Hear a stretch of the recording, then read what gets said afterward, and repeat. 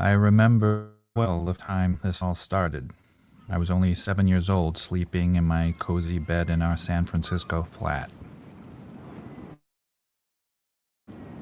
My bedroom was part of an old San Francisco house turned into two flats years ago. We lived in the lower level flat. It was a cozy old building that was once a Victorian house, now modernized.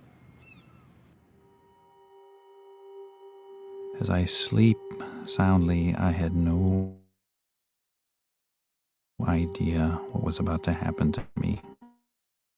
The most important experience in my life, and that some totally unfringe was about to make itself known to me and forever change how I view reality.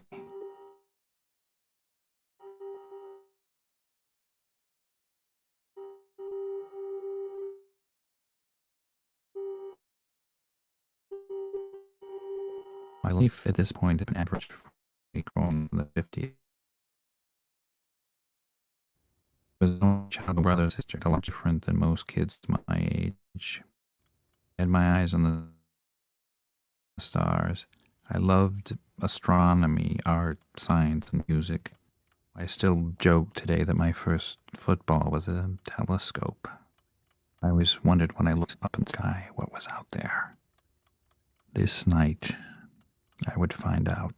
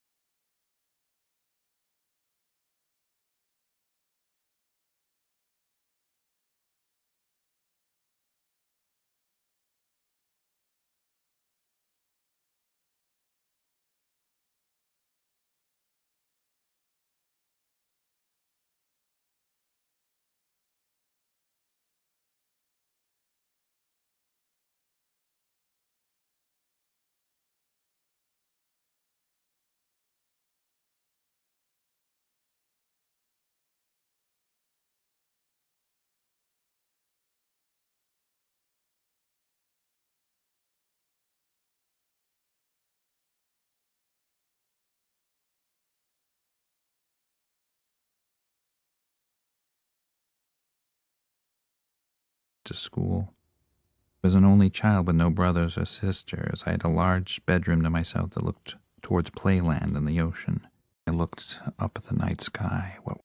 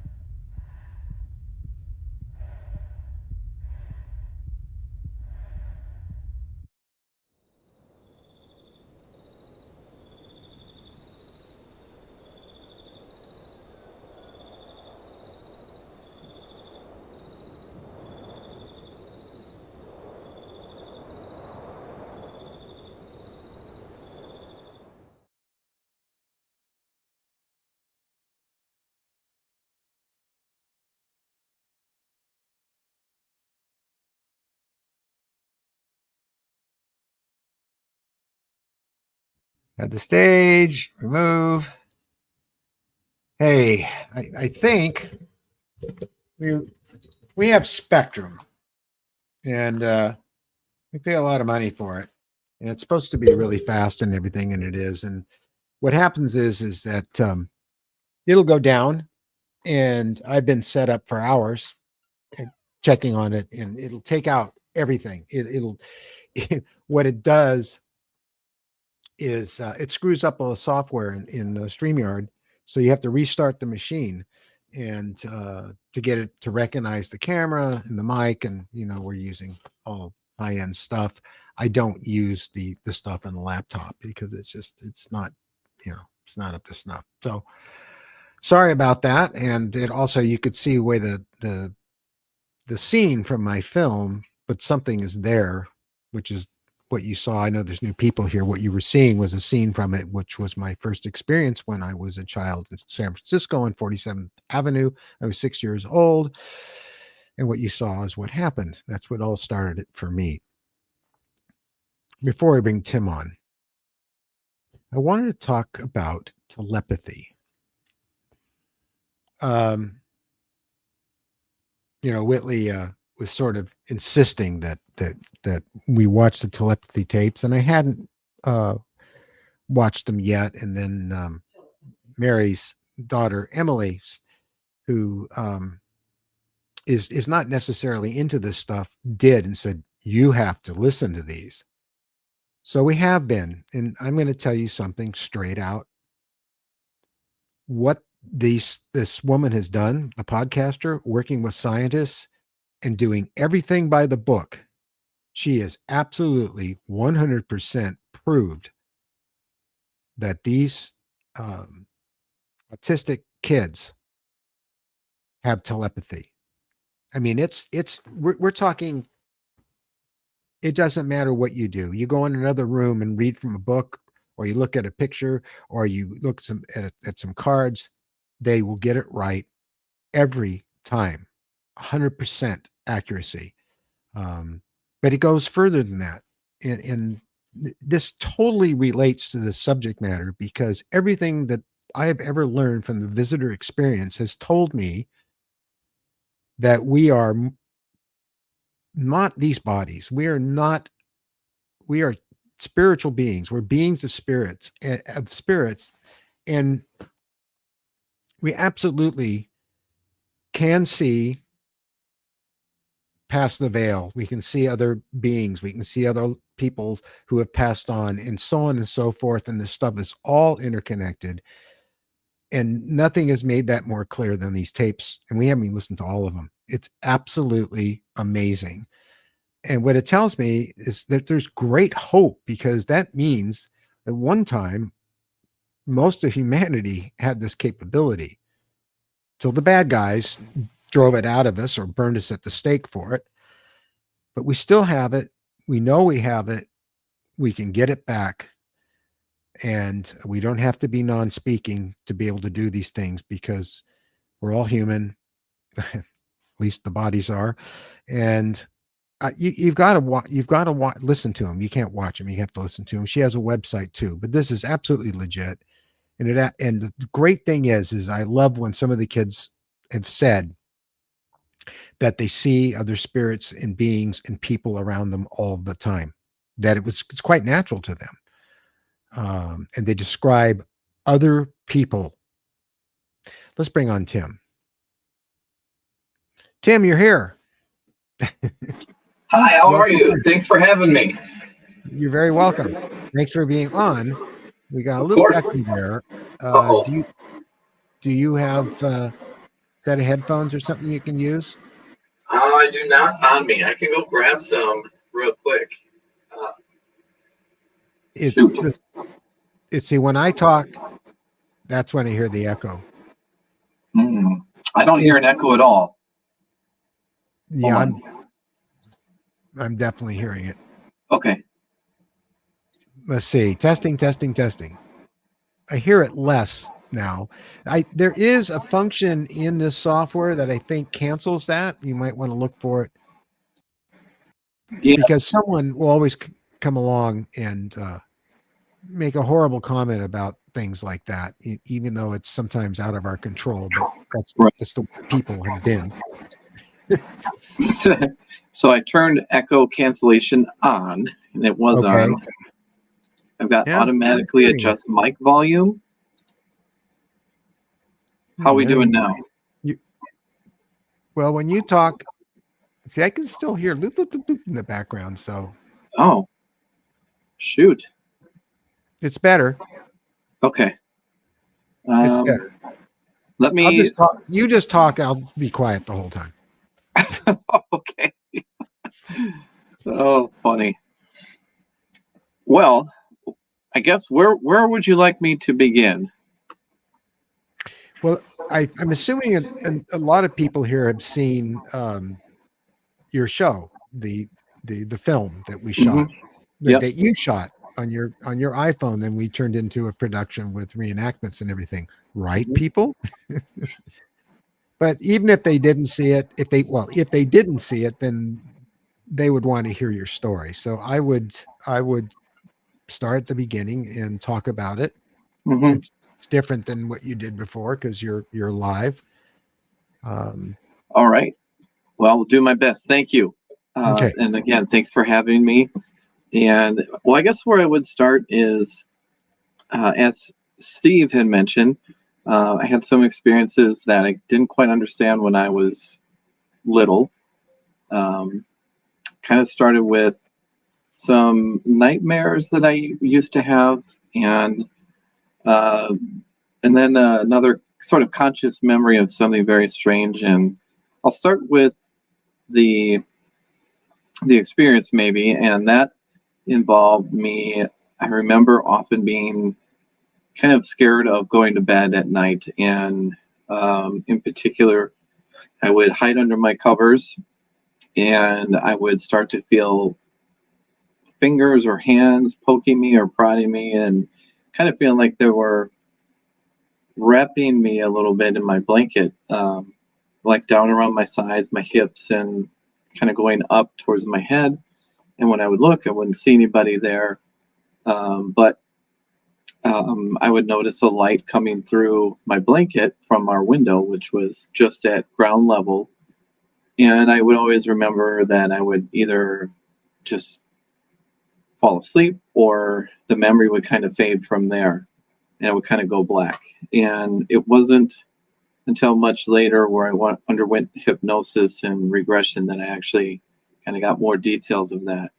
But around going back to that time, around the same time, I had a recurring nightmare of just something that just I've never forgotten and just really bizarre, but also kind of, I mean, for a kid, kind of terrifying. So in the dream, I'm aware of being on a flat surface or on a table. I'm looking down towards my feet and I see my knees are uncovered and up in the air.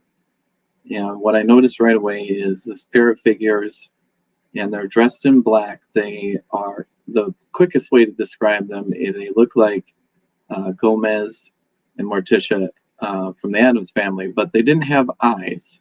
The eyes were just kind of blurry, blank spaces. They wouldn't move. They didn't have any emotion. And then after I have been aware of them, I am suddenly aware of this person, creature, thing to my side, right up next to me, with kind of a hand coming towards me. Now that face is also blurry, but it's bald and had looked like it had this overcoat. Of course, everybody thinks, "Oh, that's Uncle Fester."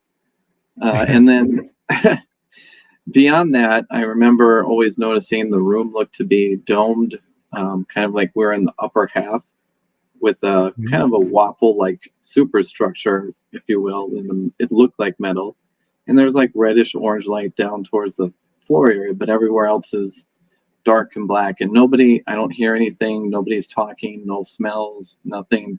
And then the next part of the dream, I'm looking up, and there's this device above me that's gunmetal colored silver, and it's got kind of gold. It looks like filigree around the base. And if the best way I can describe it is an upside down old oil applicator with a little round base and a big long needle. And it's facing down, and it's pretty big looking. And I remember my sight senses going away. I don't remember like falling asleep or anything, but then I always remember there's a rather uncomfortable, painful sensation sometimes in my backside, if you will, if you kind of catch my drift. And then other times when I would have the dream, I would feel pain towards my navel, like up further, like maybe they were going a different way. Whatever that device was, I don't know. But that is a dream that I had many times as a kid. And like I said, intertwined with that was that conscious memory of the light and stuff happening to me when I was going to sleep. Now I'm jumping around a little bit here to help maybe piece this together. A few years ago, I did hypnosis and regression to kind of try to retrieve some of these things and see what was going on. And that one with the light and my blanket in the window, we actually got to this next step where it would go black. And in the dream, and you can read in the book kind of the sequence verbatim between the hypnotist and me, how this went. I remember there's a back and forth about I'm seeing light. It's like lightning. And I'm thinking I'm hearing branches on our window. We had a little bush there, so it wasn't unusual for wind to maybe pick them up. And I remember the next part of that, hearing like a very clear tap, tap, tap on the window. And I'm in the visuals that I'm getting in the hypnosis, I'm seeing a huge, like really old person's hand with a big long digit poking and tapping on the window. But here's the thing, it's only got 3 fingers and they're very long. And I look beyond that hand and there's what you would probably describe as a close to typical gray head, but it was different.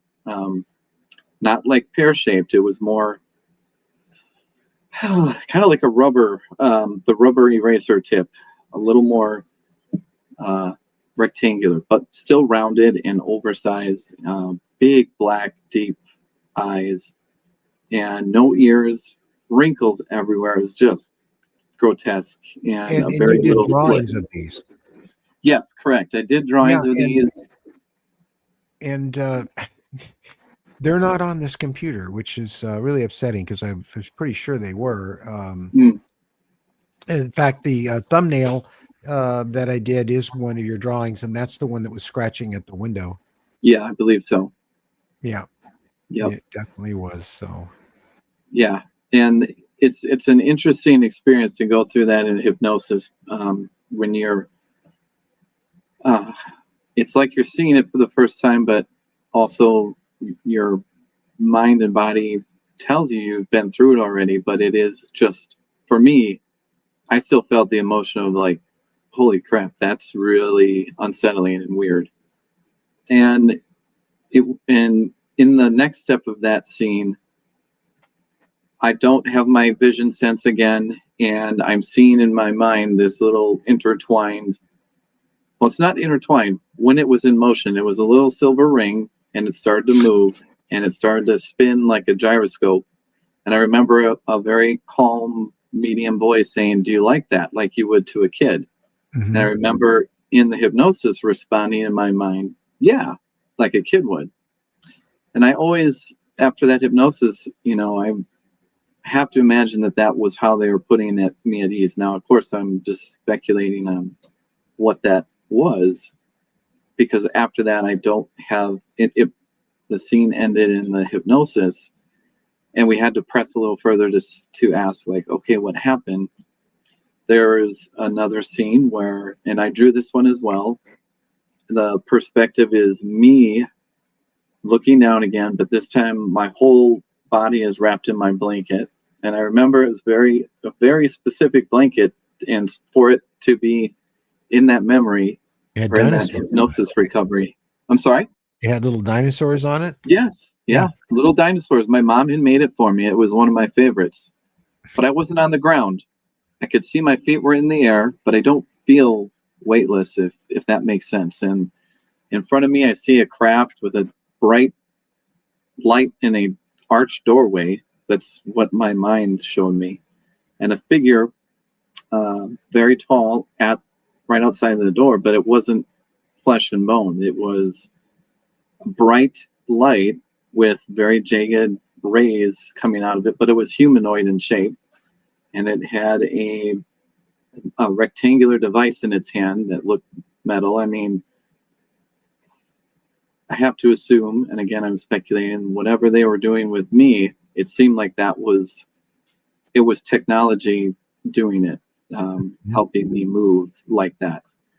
And I always remember too, in the hypnosis, I'm looking over, I had the sense of two on each side, two other shorter figures of light again on each side, but one is bluish purple, and I always remember that, like it wasn't right, or it wasn't the same. And that always stuck out with me. And for that sequence of events, that was most of kind of what we recovered and saw in the hypnosis session. But there was another piece a little further. The hypnotist asked about, like, how did you get back, or what happened when you came to? Were you outside? That sort of thing. And what I remember is, as she's asking me, I'm seeing what I inferred as being above me, a little kind of a black speck that is getting smaller and smaller, and it spins, and it's got little points. It looks like a pinwheel, like you would have in the garden, and the sky is changing colors as it's doing that. You did a GIF of that, which is in the film we shot. Yeah, I mean, yeah, that we did about you. You should watch it, people, if you want to see images. Definitely. And I have some I have an art station, and there's a little folder of these images too, if anybody wants to check it out. What's interesting, as an aside about that, and if anybody has these experiences, there are support groups, and one I was pointed to is Opus. I've heard of them. Yeah, it was a really, really important group for me to kind of discover this stuff with other people. What was interesting is I shared that GIF with people after that hypnosis session. I had two folks, I think both one for sure from California, and one maybe the New Mexico area. They both were like, oh my gosh, that's the same exact thing I saw in the sky, that the colors flashing and going inverse, and the whatever in the middle. So I thought that was just astounding, that this connection was made so far apart, and people with different experiences, but ultimately you'll find it happens quite often. It's frequent. It's crazy. I mean, to me, it was like, wow, I was still in the phase of like not really sure about all this stuff, and these things sort of cemented in what has happened. Shortly after that scene, though, we don't really talk about it in the transcript, but I remember seeing, I was laying down, and from what I can remember, it was in my driveway. I'm looking over, and I'm a kid, obviously. I see a girl get up, and she's got a full-length nightgown, and she runs off. She's got long brown hair, and she's carrying a long-eared stuffy. It's kind of brown, from what I remember seeing in the hypnosis, regression, and recovery. What's interesting about that is I had a neighbor and they had a girl about my age, a daughter, and we lived near each other forever, but I never remember seeing her, obviously not outside in a nightgown, consciously, and I never remember her carrying that stuffy around consciously. Never had that. Well, around the time I wrote my memoir, I reached out and asked her, and she, was very shocked that I asked her that, and confirmed that she did have one of those. It was like a rabbit or a bear that she said, yeah, I had that, and I carried it everywhere. what is also a little frustrating is like I don't have memory or recovered memories of what happened in between. So I don't really know. I can only speculate that we were there at the same time. Likely, I don't know if we were taken together or what, but we were both there, and she got up and went home, and I must have done the same. It's interesting too because she shared that she felt she has always had experiences, and maybe like the starseed, star child sort of thing going on. Now that is one portion of my experience, and I've had a few others, and um, kind of what prompted me to look into them is a few times um, as I was older and we were living. Oh, we have a question from Naria. Yeah. I'm not sure if I don't remember saying Arcturian Star Mother, but um, I think what I remember was in my book, I was talking about seeing myself in a dream, and I posed that because I looked like this. I had this big bulbous head and drew it in a portrait, and I shared it. And the group Opus, a lot of people said, "Oh, that looks exactly like Arcturians." And so I thought that was really interesting. That maybe there is part of that in me as well. I'm not sure. So yeah, sorry, I'm not sure if I remember saying that. If that comes to my memory, I will definitely get back to that point. So thanks for the question. um, let's see. When we were living in Rochester, I kind of was real busy with a new job, and we were at a store, and I saw this picture of a gray alien, and it jarred me completely. I don't know why, but I was, I guess, for lack of a better term, kind of triggered. I remember feeling like anxiety and PTSD type things for a little while, and tried to just kind of move on and keep going.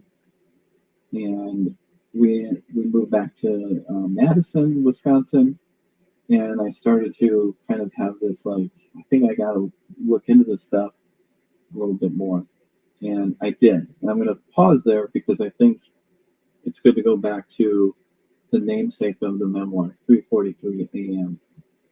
And before I get into that, if you have any questions, let me know.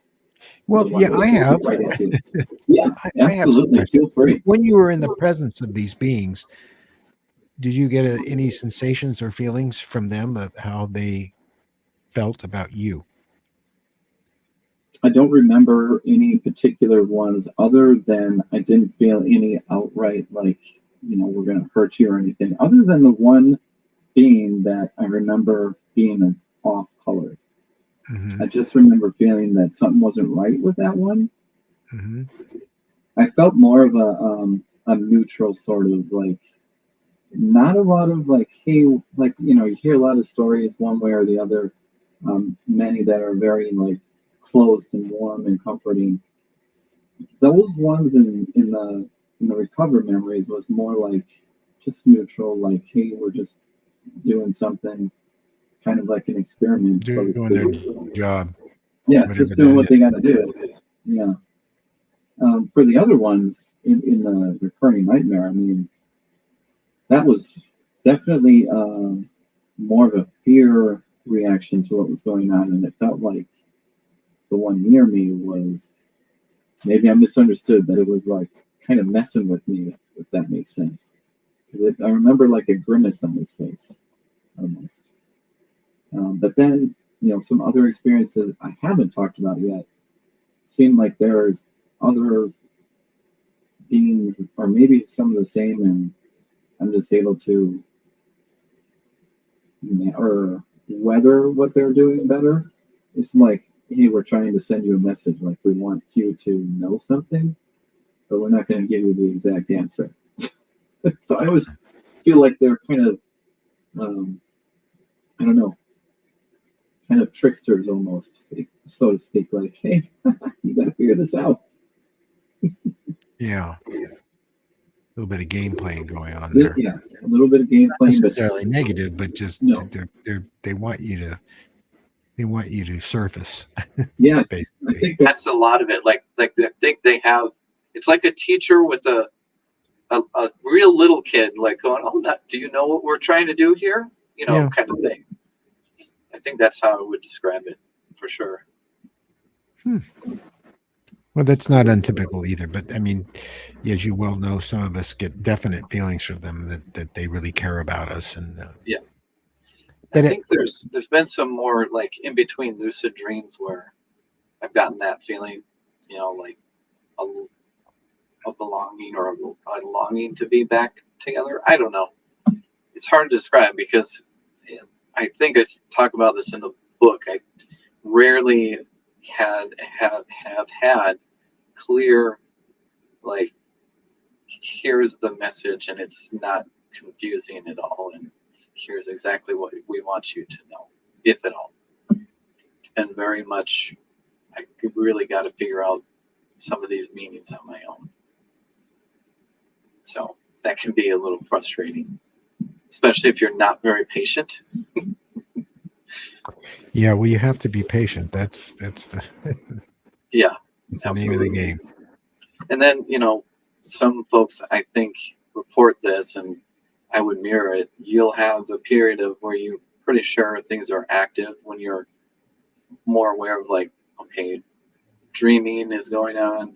I might have seen things and this, that, and the other thing. You really know when they're gone, because I would describe it as almost an empty feeling, like, Yeah, there you go. Yeah, like there's something wrong, even though when you're in it, you're very stressed and you're very, like, you're like at a higher mental state all the time, even when you're sleeping. You know, it feels like anxiety almost all the time. well, you know, the whole thing it's with humans on this planet is they think, dreams are just dreams. They can't define what a dream is, but they'll still tell you that. And what I know, and especially as of learning about the reality that people are telepathic and what those people have experienced, um, you know, the dream time, the spirits, they have full access to it, Mm, and they yeah, can get right in there. yeah, And so it's hard to, um, actually, it's not hard, but it can be for some people hard to define the difference between when they're actually dealing with some sort of uh, spiritual entity in their dreams and when it's just a dream. But I think mm, it's really apparent because, I mean, like the other night when I saw this child, she had white hair and mm, these eyes that were like, they were barely blue. They were like white, mm, the irises very white with big pupils. And she was looking at me and smiling, and she was wearing a white gown. And I know there was something more going on there. I mean, a lot of sure, people describe that as a hybrid, and maybe it was, but it was really striking, and I haven't forgot it. And that happened a few days ago, and I can see her right now looking at me. And I just don't think. First of all, I can't define what a dream is without these things. So, people will watch something on television and they'll dream about it. Okay, that might have happened a couple of times for me in my life, but not many times. And evidently, we do idle dream. All mm-hmm, creatures. You see my dog do it all the time. yeah, But this is different, and you know that too. You yeah, know it. And I do. there are people who are professionals who'll say, well, the reason you will always remember that one particular dream is because of the trauma and all this. And I don't Right. know that that's really true, because I've had some nightmares that I don't remember. Yeah. But then I remember all the ones practically that I had with the visitors, Yeah. as you probably have. Yeah. Well, I love how you said all that, because I've always been somebody that's had lots of vivid dreams, and you probably have too. And the idle dreams, we get to know the difference, right? Like, Yeah. we really know, oh yeah, like I'll have too much mint ice cream some night, and I'll be like, oh, yep, that's a mint ice cream dream. But they're Nothing else. boring, actually. Right, Those they're dreams. boring. They're boring. Exactly. And so they're gone. Yep. You sense it. It's like it's a Yep. loss, you know. It Where these is. guys go? This Yep. stuff is boring. Yeah. But then when you have the ones where you're like, especially like lately, mine, they went away for a while after I had a car accident, and they've started to come back.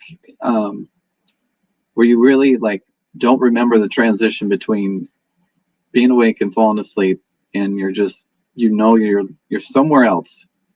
Yeah, you're probably still in your bed, but you're this part of you, the energy, the spiritual part that Your you're talking spirit, about, yes. has gone somewhere. Maybe you're still here, but it's somewhere else. It's experiencing something completely Yeah. different. And, it's just incredible. Like, to those It is. people who would say that, I remember I was starting to have a dream, and this was when I was away on business just last year. I was stressed being away from home. In the dream, I am back when I was a kid. I was riding in my dad's van, and I was on a winter road, and I remember that always scared me, and I didn't want to be there. A normal dream, you would probably be sitting through it and not wanting to be part of it, and you wake up and forget it, even though like, I had a bad dream about when I was a kid. So then I can't like give those experts like any credence when in the dream I go to myself, hey, I really don't want to be here. And it's going to sound a little maybe too much, but I remember I reached around in the dream, I found a sharp pencil in the van, and I stabbed it through my head in the dream, and I can feel that pain, and I wake up because I didn't want to be there. Like, I was in control of that. Now, that's not with the visitors, of course, but those are sort of the things that I think lead to these other Maybe experiences. I don't know. Well, maybe.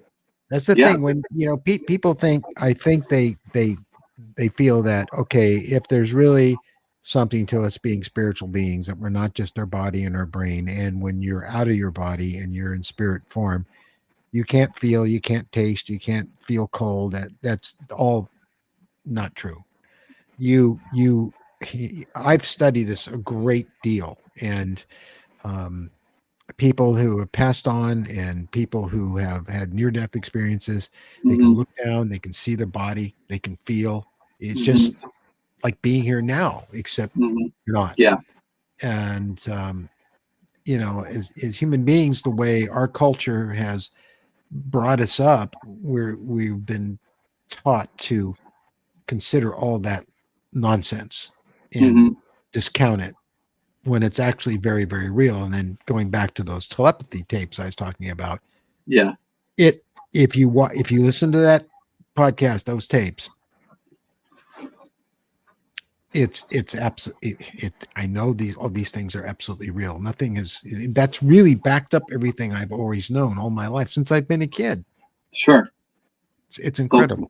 Those are definitely something that I heard about and have on my list to get around to watching. Do it. I've done the same thing. It's like it's on my list, and I kept and I know about telepathy. I know it really is real and stuff. But when you hear these kids start talking about the other people they're seeing and how they talk to them, to other kids, miles away, and it's amazing. But as you're listening to it, you say to yourself, "This sounds just like the Greys," because they're they're nonverbal. They don't speak. Right. We hear them in our mind and we interpret it as speaking, but that's really not what's going on there. They are truly telepathic, and so are we. Yeah. I mean, I have to agree. Yep. Yeah. And I think there's a lot of people and that's really like one of the things about my book. I was really on the maybe side of all this stuff for a while, even though I kind of probably knew more than I was wanting to. And I want people to like come to this realization on their own, because I bet a lot of people have these experiences that are more kind of minor, but still weird. And if they really just looked into it, they might come to that conclusion, like you just said. We all just have to get back to it. We do. you know. Because, then I don't know. Do you meditate? Not like you would traditionally say, but a lot of my meditation is like right before sleep. Um, Sometimes I'll have, some moments driving where I get a little anxious and I'll do box breathing and stuff, or Right. other times. But yes, I mean, short answer, yes. Because Mary and I meditate, and you always, well, unless something else happens that we can't do our yoga in the morning, we always meditate first. And Mhm. the last couple of days, I got so tired of my monkey mind not letting me have silence Mm.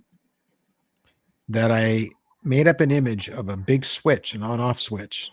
You click it one way, it says on, the other way it's lit up, and I would just shut that off and in my mind, and it actually worked. And what happened next was something I've been trying to do forever, and I felt myself becoming detached from my physical form.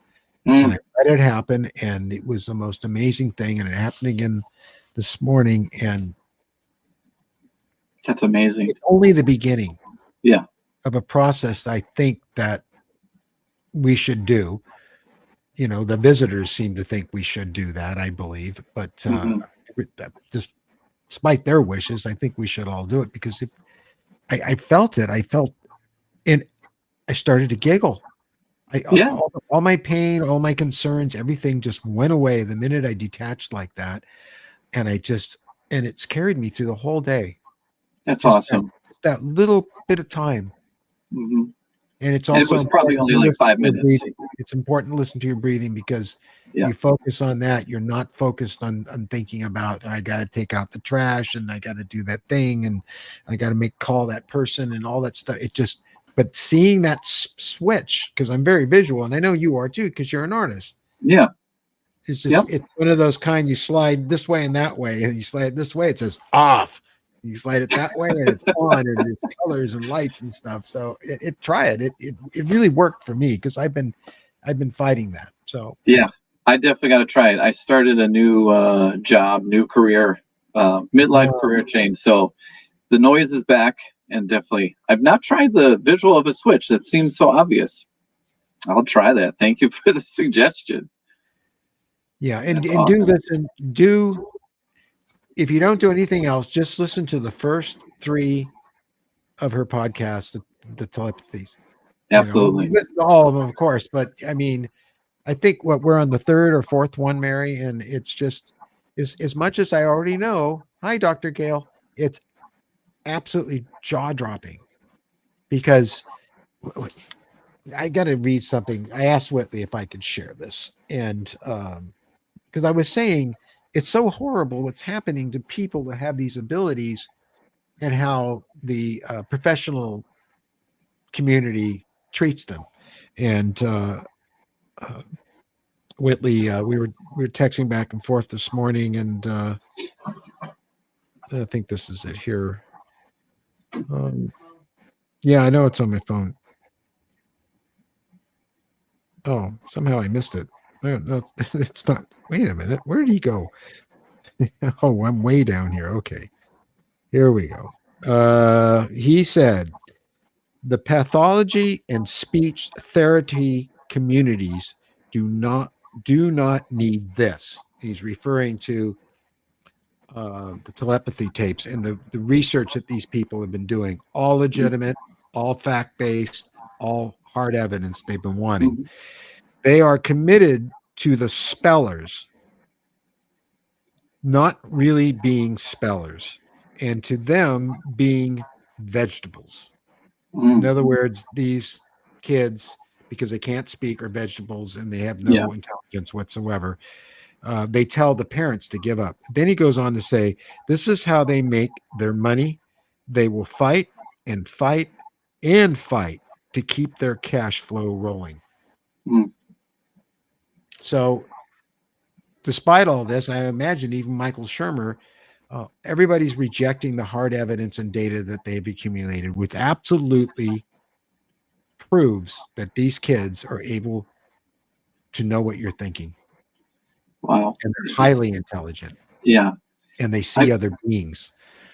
I've heard that before, outside of this research, just like some kids that have some disabilities can do that stuff and are more sensitive to that side of things.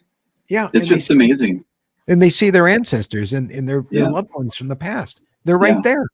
Right. And it's And, not, and they're not having a near-death experience. They don't need to. No. And They're we all had that capability at one time. I firmly believe this. And that's what was showed to me, I think, through hypnosis. It wasn't something that I was fully in control of all the time. And I think some of that stuff came out. Like I saw some ancestors, I believe, of mine. I was in their shoes. Yeah. I believe I did.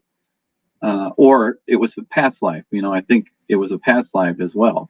Did you feel that you were experiencing that past life, or did you actually, what's happened to me is I've actually traveled in time somehow? So that's a really good point. It felt like another good question, and I'll just answer your question quick, and you can talk about that one. Yeah. I felt like I was in my body in another life, if that makes sense. So, was it time travel? I don't think so, but it could have been, I guess. I remember feeling everything that this person went through. They lost a wife and a baby, and it actually helped me understand why, even as a kid, even when things were going great, I always felt this little undercurrent of sadness. I think that was part of it. So, all right, Dave's question. Do you think autism is a glimpse of our future? That's a tough one. Well, I think it's more of a glimpse into our past. Think of all the people that had abilities in the past and what happened to them. Yeah. And how the people in power, the oligarchs, and all the bad guys, all the kings and authorities and governments and churches were absolutely threatened by people who could read your mind or heal people and stuff. And so they tried to kill them all off as best they could. So we really were driven backwards. And the indigenous people all over this planet, I believe, had those abilities, and a lot of them still do. Yeah. And you hear about the skinwalkers and what the Aborigine people do, and their dream time is so important to them. And then there's the South American tribes and stuff.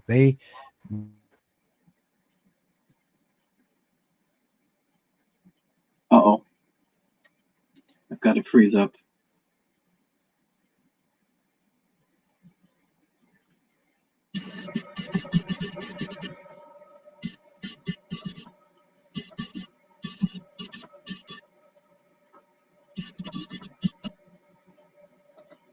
I don't know if I'm still good, but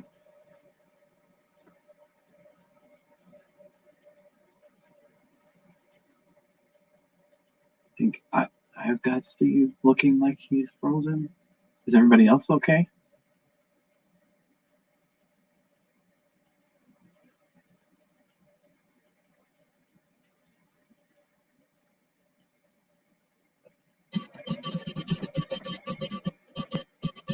Uh-oh. Well, hello, everybody.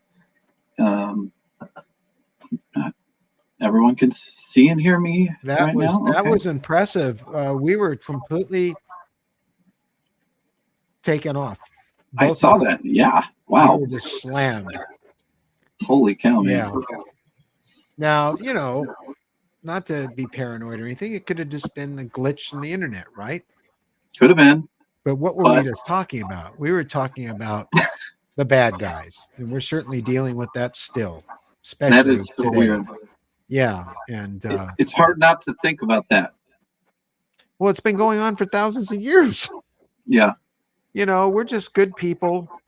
We don't want to harm anybody. All we want to do is share and help each other, and they hate that for some reason. I don't know what it is. It's like they're demons or something. They just can't stand somebody being happy or being loving or having a spiritual side or being able to have telepathy or heal or any of those things, man, they want to go after you. And it's been like that forever. And I don't know about you, but I'm really tired of it. Yeah. And I know everybody in chat is tired of it. Yeah. It's really awful. I mean, meditate more, work on getting back those abilities. Yep. And maybe we can affect change using them. I think it's possible. In a peaceful, nonviolent manner. Right. Yeah. Right. What do they always say? Kill them with kindness. What's that? I'm sorry. Say again. I said they always say kill them with kindness. Yeah. Yeah, I guess, but they don't like that either. No. It's like, oh my God, they'd rather you spit in their face and Right. Well, that's they understand that language. They don't know how to communicate on the other side of things. That's what I found anyways. Yeah. Absolutely. I mean, it's like another alien up in front of them when we're not out to get people or pull one over on another person. It's just funny. So anyway, we were talking about abilities and telepathy, and I mean, I know when I'm having these experiences, I can hear what they're thinking, and they can hear what I'm thinking, and that's what it is. And we're able to communicate, even though they don't really have a language, and we do. We're still able to do it, which is remarkable. And I get the feeling that the beings you were dealing with knew exactly what was going on in your mind, and I get the feeling you kind of had an idea that you felt their mental presence. I think so. Yeah. Yeah. I mean, there's so much that I think was hidden for a long time, and it's just now kind of like unraveling that I think I always felt something was there. And now I know, the name of my movie. Right. Something was always there. And it always bothered me for so long because I always felt like I was an outlier. And I'm like, nobody else is having this experience. Well, of course, others did, but I just didn't know it. You don't fit in. Yeah, right. Yeah. And not at all. Know this from your very first thoughts. Exactly. And first day in school, how did you feel? How did you feel your first day in school? Always the same. Just an outlier. Somebody like thinking differently than everybody else, wondering about different things, it's hard to say priorities, but priorities meaning for a kid, deep connection with others on a whole different level. Not being part of the clique was just part of my life. And I was lucky to find just a few really close friends that were very much similar. We just thought about the world differently. We talked about things that kids our age, like, why would we talk like that? And our interests were different. And we in the book, we had shared a couple weird experiences. And one was what I would now refer to as a synchronicity, where we were listening to some music in my friend's basement. We were a little older, of course, and we heard this noise on the door and on his basement laundry room door, and we looked behind us, and this cat that he owned was having like a seizure or something. Well, eventually, we pretty much watched it pass away, unfortunately. But the music on the computer back then was Metallica's "Die, Die, Die, My Darling" song. We always were like, how can that be a coincidence? And we're kids. We're like, can we kill the cat? With that music playing. But no, obviously that likely wasn't the case. But, those are the sorts of things that we experience. And I'm pretty sure a lot of our classmates didn't go through that stuff. And if they did, they don't really share it. But we always felt different. I can't speak for my friends, but I know I did. It was always that way. And part of it always was like, we seemed to think older than we were half the time about situations, or like we felt out of place because of that too. Like, A lot of our classmates maybe were still in that kind of kid phase, approaching different topics or life things. And it did seem like maybe we were, and maybe because we were outliers, we had to develop that to survive. So so to speak, we just felt like we matured quickly on some aspects of things. So yeah, that is definitely how we would feel. And Yeah. as I joined the workforce and I was older, definitely the same thing. Like, I was really hoping that it wouldn't be that way, but there's definitely like some people you'll come across and instantly they're regarding you with apprehension just because of who you are. Yeah, without And even really knowing you, because they're sensing your energy somehow, and they don't realize they're even doing that. right. And that's caused for me a lot of issues having, well, I'll just say, a lot of friends, lots of close friends, and work relationships are for me kind of a struggle sometimes. And I don't know if that's good or bad, but it just is. There's rare few people that I connect with, and when I do, and you maybe experience this too. It's like you just know it, and it's like you've known them forever. Yeah, that's absolutely true. Right, or you've seen them somewhere. It's wild. Yeah, it's like I don't know if you saw the show that we did with Dustin, who's the state director of in Utah. Oh, I missed that one. MUFON. Oh, it was great. And we met him through Earl Gray Anderson at the LA MUFON meeting, and he was a guest there because he's an investigator. And it's just so weird. It was just like I knew him before, and I just felt this warmth, and I felt like just exactly what you're saying. And we've been friends since. And he came on the show, and he was terrific. And he's doing so much good work with MUFON, as Earl is getting the nuts and bolts people in MUFON to listen to us. That's awesome. That's wonderful. Yeah, that's so cool. Yeah. This would be a good time to start taking questions, because we're getting towards the end of our hour. And All right.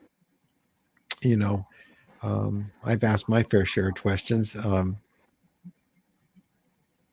trying to think if there's something else I wanted to ask you about, but sure, it'll come to you. Yeah. Well, the whole thing that really gets me is you talking about how you feel like you're just different. You just know it. And I think everybody here who has these experiences will tell you that as well. You just know. There we go. Oh, thanks, Naria. Hopefully I'm saying that right. Yeah. They don't like our light. You mean the materialists? Not materialism, the materialists, the ones who everything has to be black and white. And oh, that's so true. I've met so many people that can only operate in black and white, and forever I've always seen the gray in everything. Yeah. I mean, I'm aware of the black and white, but reality is, honestly, there's a lot of what we live in is gray. This is why telepathy is being rejected, and they're giving them what they want, actual data done. There's no way these kids are faking it. They proved that. They still, it's like I was told once, even if you brought me an alien body, I still wouldn't believe you. Yeah. Here we go. We got Susan. I hope you all join Justin tomorrow. Virtual. He's sharing UFO case. Oh, wow. Tomorrow, huh? Cool. Susan, can you email us the information? It would be very helpful. So very cool. So any questions? There you go. Oh, that's so he funny. was amazing. Yeah. How sad it is that he's been lumped in with this Tesla. Yeah. I mean, he was, this is a guy that didn't even care about making money off of his inventions. He wanted to help the world and share it. And they hated him for that. Yep. Especially I hate that story. I mean, I know of it. What a monster Thomas Edison is. And yet, you know, I remember being taught in school that he was a genius and he was a great American and he contributed so much to, you know, what he did is take things from other people and take credit for it. Sound familiar? No, anyway. Not at all. Yep. Okay. Thanks, Susan. Well, I would really like to say hi to Justin. I don't know. That's 5 p.m. our time tomorrow. Is that it? So, yeah. So, yeah, it's hard to know where to go from here. Whitley said that to me the other day. Where do we go to from here? And it's I hope to a higher vibration to keep, you know, getting our abilities to help us and to help others and to heal the world. You know, I had a comment I remember just from last week, and this guy was beating up David and me because we did a podcast. You know, how can you guys talk about love and understanding and caring, yet you sit here and bash Elon Musk and say all those terrible things about him? You two are hypocrites. Well, what am I supposed to do? Say, you know, right. It's okay, Elon. I understand your pain because your parents brought you up the way they did and they were mean to you and all that. Well, I do get all that. I think we all do. It's causing terrible harm. It's right. What am I not going to say? That's what's going on, and you know. So he was removed. Oh, well, that's handy from the channel because we don't need that. Yeah. Just, yeah. Indeed, raise the vibrations, make them sing. You know, I would just hope that if we raise our vibrations, that it would soak into those people that have such a hard time understanding people like ourselves. Yeah. They have been since the beginning of time, and it just, God. What's awful is sometimes they succeed in making us feel about that big. And for me personally, it's hard to remember to not dim our light to make life more comfortable for others. I know that sounds kind of corny or like whatever, but I think it's something to really remember when we're feeling like, oh man, I'm too much for people, you know, and they're like, oh yeah, you're a bit much. Well, you know, we suffer more when we try to hide who we are too. And that's what I hope people don't do. You know, have the courage. Have the courage to be who you are in comfortable ways. Tim, do you hear owls around your place a lot? Do I hear what? Naria, she was asking if you hear owls. Do you have owls? Oh man, I could talk forever about owls. It wasn't until probably 2 years ago, maybe 3. Geez, maybe longer. I used to go for walks every night. We have a big green space, a big bike path and stuff down by our little river. And, well, we call it a creek. There were owls every night, all along that path. They were always shrieking. What was interesting is they weren't your typical great horned owls like the who are you thing. That's the ones we have. We had a couple, but most of what I heard were, I'm not sure if they were barn owls or whatever, but they were screeches, and they would talk to me every night. Like, I swear to God, they were waiting for me. Do they ever fly down and fly around you? That's what they did to me. Yes, one time. And I'm getting chills as we're talking about this. I remember I had, a headlamp. I think I was on my bike, and one had come right across in front of me. And of course, if you know much about owls, what do they look like? Their face, fat face, big round, dark eyes. Yeah, sure. Yep. It's wild. Jamie, that is Jamie's saying that the owl is her spirit animal. That's mine as well. Do you know what your spirit animal is? You might want to look into it. Well, so I would tend to go with probably an owl now, which is weird. I never really saw them a lot as a kid, but in the regression, the first scene, I had a very large porcupine. Hey, Earl. Hope you're doing okay. There was a very large porcupine that was trying to block me from seeing something painful. So I think I've got a few ideas, but I'm not 100% sure on what it is. On what it is, my spirit animal. Oh, okay. Not quite sure yet. Yeah, I talk to the owls too. Probably the neighbors think I'm crazy, but I'm out in the backyard and I hoot at them, and because they have this deep. Oh, cool. And then you'll hear another one in the other tree because these big trees will go. So I'll get in on it.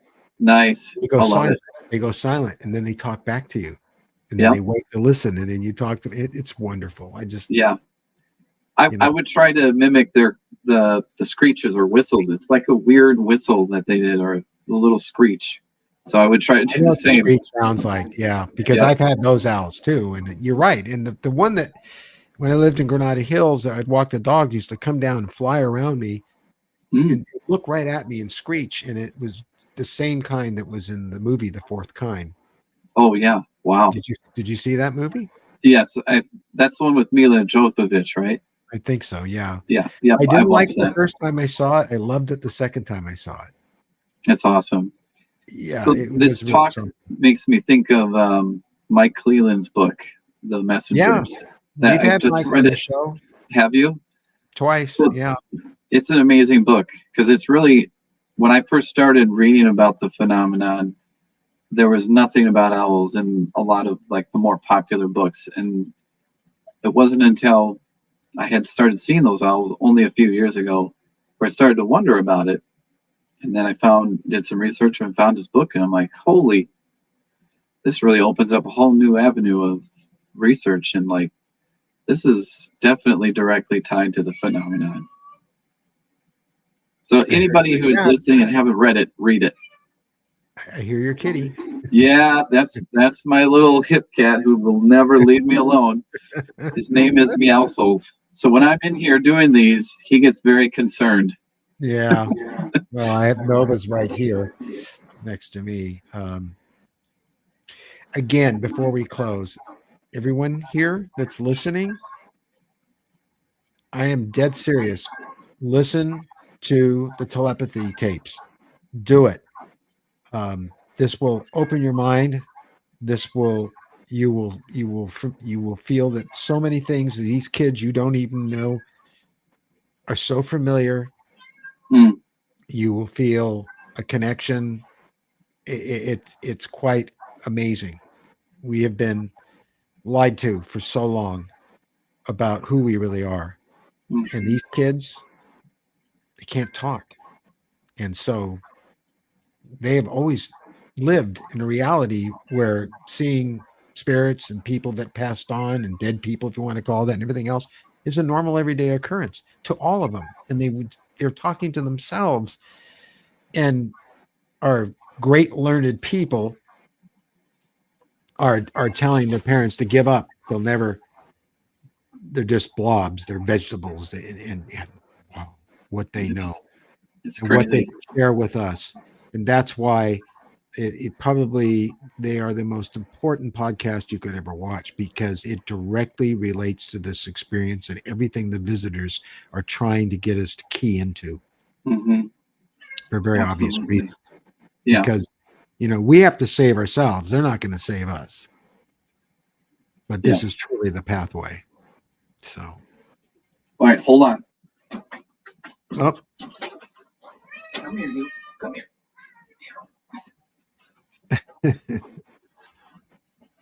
There we go. Yeah, there he is. No, he's a big guy. Yeah, he is a big boy. Yeah. Now he's happy. Do you ever watch the cartoon Simon's Cat? Oh yes, all the time with our kids.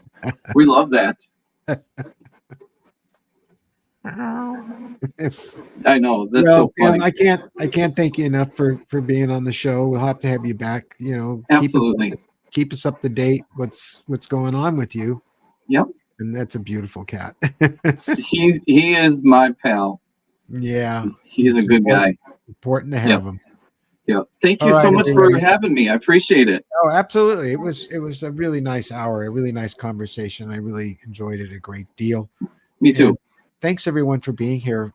You know, we all think about you, and Earl, you know, we're thinking about you all the time, and we're right there with you, and we're sending all kinds of healing your way.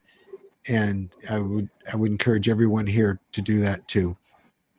And we love you, and we'll see you again real soon. Thanks, everybody. Bye bye. Bye bye.